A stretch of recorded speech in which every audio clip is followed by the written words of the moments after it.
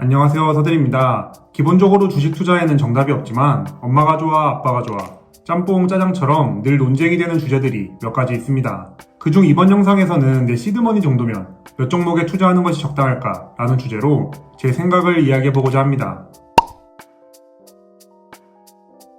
투자금이 5천만 원이면 몇 종목에 투자하는 것이 적절할까요? 누구는 1억 미만일 때는 한 종목이면 충분하다, 누구는 1,000만 원씩 5종목이 안정적이다 등등 개인마다 의견이 분분할 것입니다. 이에 대한 정석 답변은 다음과 같습니다. 시드머니가 작을 때는 가능하면 종목수를 압축하고 투자 규모가 억 단위로 커지면 리스크 헤지를 위해 분산 투자하라는 거죠. 이번 영상에서는 이런 당연한 얘기를 하려는 게 아닙니다.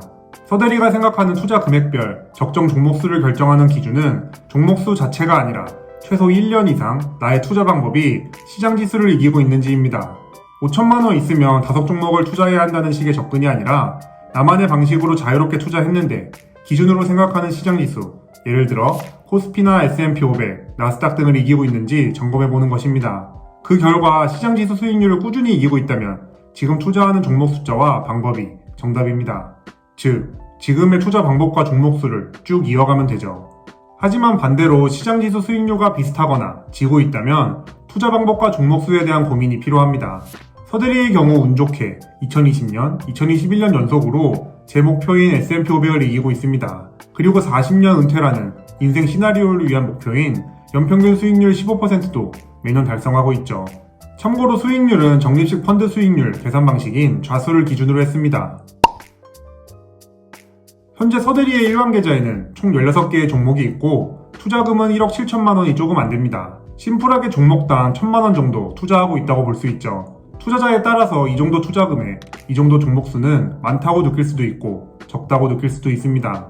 하지만 저는 이 종목수와 투자 방법만으로 제 목표인 S&P 500의 이익이와 수익률 연 15% 이상 기록하기를 동시에 달성하고 있기 때문에 지금 종목수에 만족합니다. 물론 제가 올해 부진했던 삼성전자나 기자, 페이스북, 버라이즌을 매수할 돈으로 테슬라나 구글, 엔비디아에 몰빵했다면 더 좋은 결과로 이어졌겠지만 이는 결과론적인 이야기입니다. 작년에 노잼, 우량 잡주 소리 듣던 마소나 구글, 올해 횡비디아 소리 듣던 엔비디아나 테슬라 등을 참지 못하고 많은 분들이 다른 종목으로 갈아탔지만 상승은 정말 순식간이었습니다. 이처럼 투자의 작은 성공들이 모여 본인만의 투자 방법이 완성된다면 투자 종목수에 대한 고민도 자연스럽게 해결됩니다. 이 영상을 토대로 구독자님들의 실제 투자 수익률과 기준 수익률을 비교해 보시기 바랍니다. 만약 기준 수익률보다 포트폴리오 실제 수익률이 낮다면 3가지 단계로 포트폴리오 점검을 추천합니다. 첫째, 기준이나 목표 수익률에 해당하는 ETF를 포트폴리오의 메인으로 구성합니다.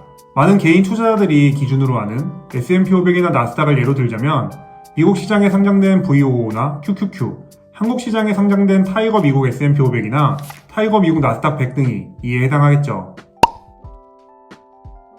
포트폴리오의 50% 이상을 기준 ETF로 구성해두면 시장 수익률을 따라갈 수 있습니다. 서대리 역시 보험용으로 기준인 S&P 500 수익률을 확보하기 위해 매달 VOO를 모아가고 있으며 매달 공유하는 연금계좌에서도 포트폴리오의 70% 이상이 S&P 500과 나스닥 ETF로 구성되어 있기 때문에 최소 시장 수익률은 따라갈 수 있습니다. 두 번째 단계는 포트폴리오의 일부를 본인이 생각하는 방식대로 투자해보는 것입니다. 대략 포트폴리오의 10%에서 20% 정도 작은 규모로 운영해보는 것을 추천하는데요. 이를 통해 본인만의 투자 성공 경험과 방식을 만들어가는 것입니다. 섹터별 1등 투자라든지 시총 1등 투자, 현재 적자지만 미래가 기대되는 성장주 투자 등 본인에게 잘 맞는 투자 방법을 찾는 것이죠. 찾을 동안은 시장지수 ETF가 든든하게 뒤를 받쳐줄 것입니다. 건물을 세울 때 기둥과 바닥을 안전하고 튼튼하게 만들어 놓고 하나씩 쌓아 올리듯이 투자도 마찬가지입니다.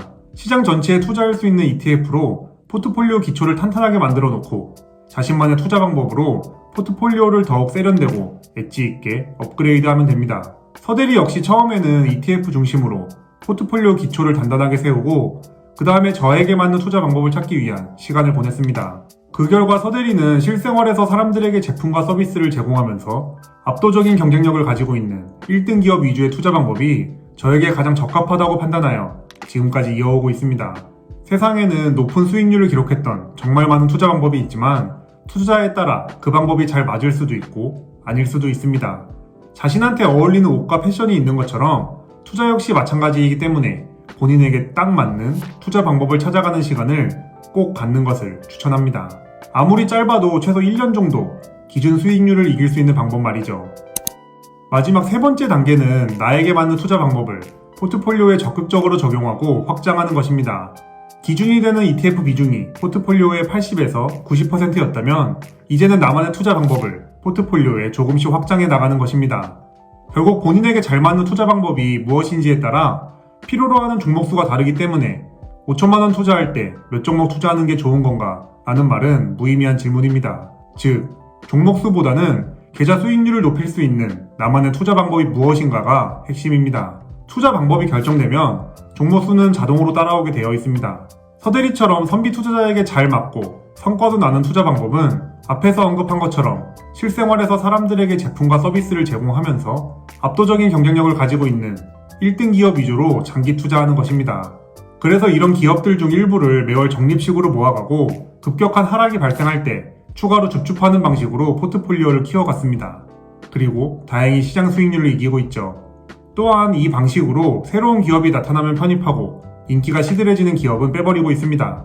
다만 서대리는 매월 투자할 수 있는 자금이 한정적인 직장인 투자자이다 보니 포트폴리오 내 모든 종목들이 하락한다면 현금의 한계로 인해 전부 물타기할 수 없다는 단점이 있습니다. 이 관점에서 추가적인 종목 압축을 고민하고 있죠. 이처럼 투자 금액에 따른 적정 종목수가 아닌 투자자의 상황과 방법에 따라 시간이 지날수록 자연스럽게 종목수는 최적화되는 것입니다. 서대리 역시 초창기 포트폴리오에는 투자금이 더 적었음에도 불구하고 종목수는 30개가 넘었습니다. 하지만 스스로 관리에 어려움을 느끼기도 했고 종목수가 많아지니까 결국 지수 ETF 수익률에 수렴했습니다.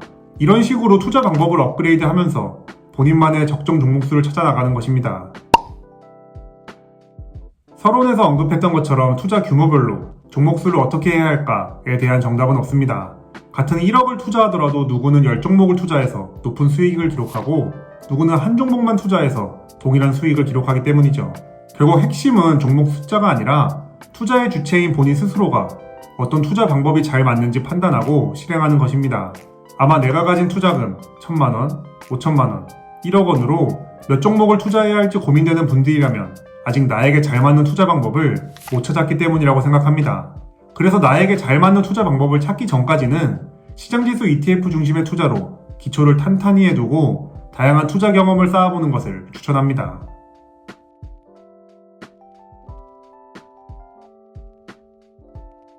구독자님들께서 생각하시는 투자 금액별 적정 종목수 기준이 있으신가요? 댓글로 다양한 의견 나눠봤으면 좋겠습니다.